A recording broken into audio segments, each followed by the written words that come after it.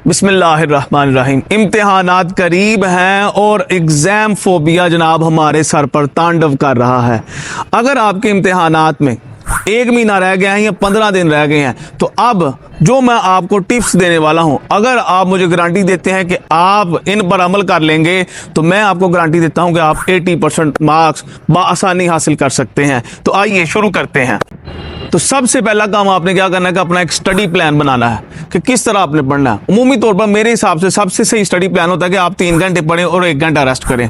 उसके बाद जनाब आप मॉक टेस्ट दें।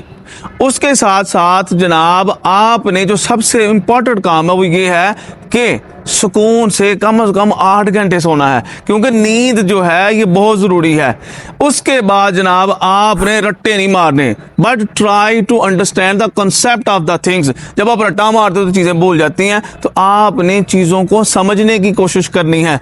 अगर मुमकिन हो, अगर कोई जनाब पॉसिबल हो, तो ग्रुप स्टडी जो है ये बड़ी हेल्पफुल होती है।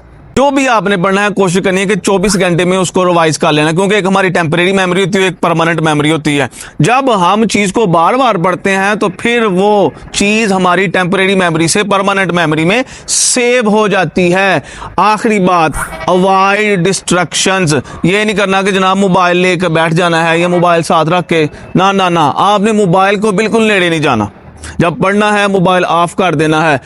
आप अपने उस्ताद कराम से पूछ लें, वो यही कहेंगे कि एग्जाम के आखिरी महीने में जो जान लगा देता है, जो जनाब सोशल मीडिया छोड़ देता है, टीवी शोज छोड़ देता है, ड्रामे श्रामे हर चीज़ छोड़ देता है और जी जान लगा के पढ़ना शुरू कर देता है, वो बिल आखिर जनाब दूसरों से बड़ी बेहतर कारकर्दगी दिखाता है। आखिर पर मैंने आपको एक बोनस टिप देनी है। मान लो कि जितनी बातें मैंने की हैं वो आपको लगा है कि ये सारी की सारी फजूल हैं, तो एक आखिरी बात जनाब मेरी लाजमी तौर पर मान लेना, इंशाअल्लाह ताला में शादवाइन दोगे।